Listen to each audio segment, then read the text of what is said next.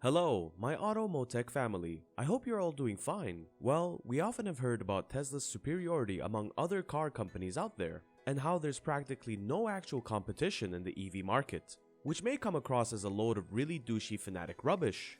I can fairly understand that, and in some cases, we may exaggerate as well.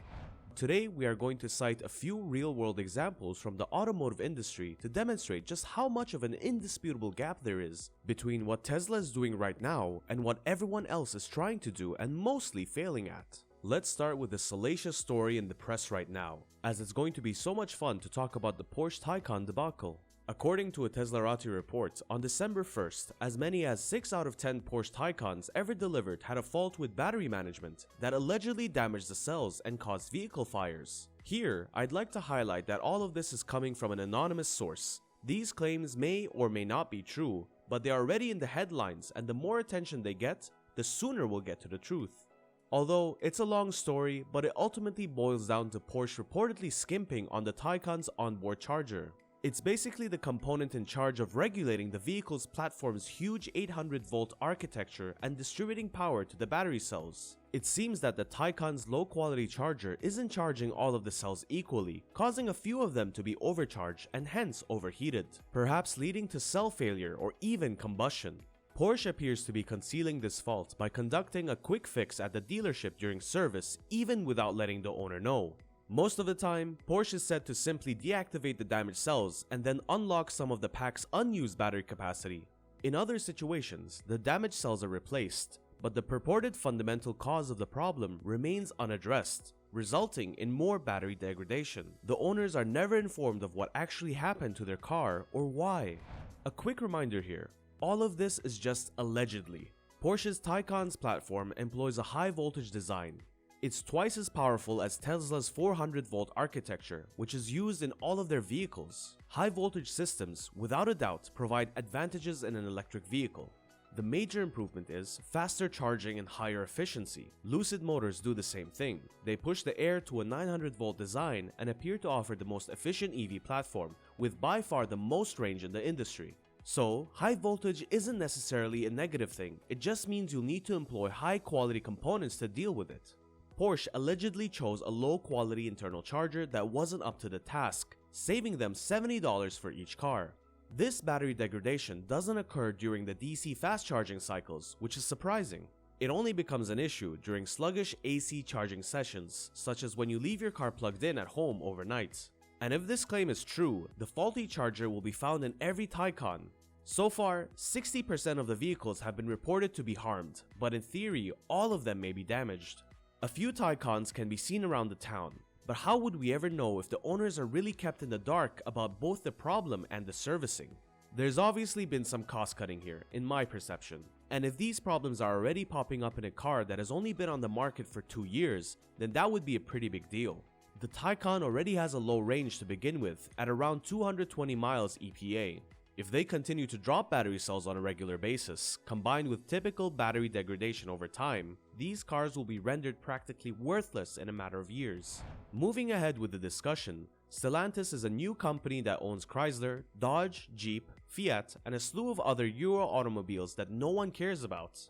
Carlos Tavares, the CEO of Stellantis, has just stated publicly about the company's electric vehicle strategy, and he sounds pretty mad about it. As far as I can gather, Carlos is upset that the company has yet to figure out how to sell electric cars without losing money. Carlos has recently stated during a Reuters news conference that the decisions has been made to impose electrification on the automobile industry, which will add 50% to the cost of a conventional vehicle. He further added, "We will not be able to pass on 50% of the increased costs to the ultimate customer, since the majority of the middle class will be unable to pay. It appears that our desire for the atmosphere to be free of hazardous gas emissions is being forced on the automobile sector." How dare we say something like that?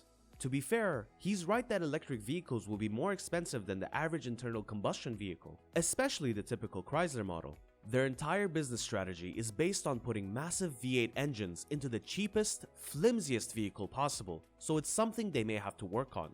But to imply that the cost must be increased by 50% is ridiculous. There are now several reasonably priced electric vehicles on the market, with many more on the way. Even GM, General Motors, has done it, with the Chevrolet Bolt starting as low as 32 grand in the United States. Sure, it might catch fire on you, but it's a terrific deal. And the US government is about to start subsidizing the cost of electric cars by up to $12,000. So I'm not so sure what he's furious about. Carlos also went on to claim that we are pushing the industry to its limits by increasing the production rate up to 10%. And the future will tell us who will be able to digest this and who will fail. Obviously, a 10% annual growth rate is a challenge. Tesla is committed to 50% annual growth rate for at least the next 5 years, but 10% is difficult. Let's now talk about Sergio Marchionne, the CEO of Fiat Chrysler. He literally had to beg people not to buy the electric version of the Fiat 500 in 2014 because he couldn't afford to keep selling them. At the time, a standard Fiat 500 started at $17,000, while the 500e started at $32,000. So, taking into account the extra $14,000 that Sergio mentioned, Fiat had to eat on every transaction. It must have cost them 3 times as much to produce the electric equivalent of their lowest gasoline car. So, I suppose, reducing the cost excess from 300% to 50% may be considered a win in that sense. In any case, we'll find out what happens in 2024 when Dodge wants to phase out gasoline-powered muscle cars in favor of electrics. We'll have to wait and see how that goes. People who own Dodge Challengers and people who term electric car drivers snowflakes, I believe, have a lot in common.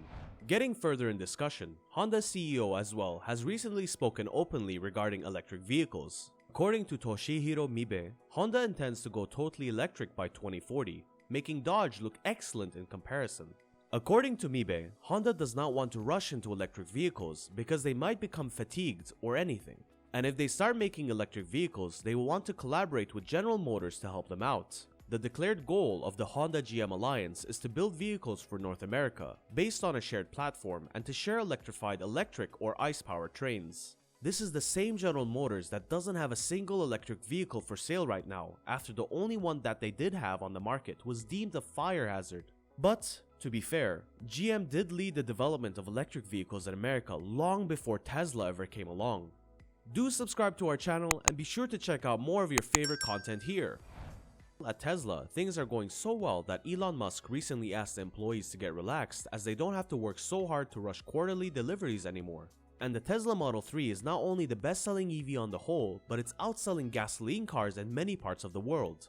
Here, I must tell you that in the US, the Model 3 is priced at $45,000, which is also the average price of a new automobile in the US as of September. So, sorry Carlos, but it is certainly possible. The other players in the game are simply having challenges, and let's hope they can work it out because competition is always beneficial to the consumer.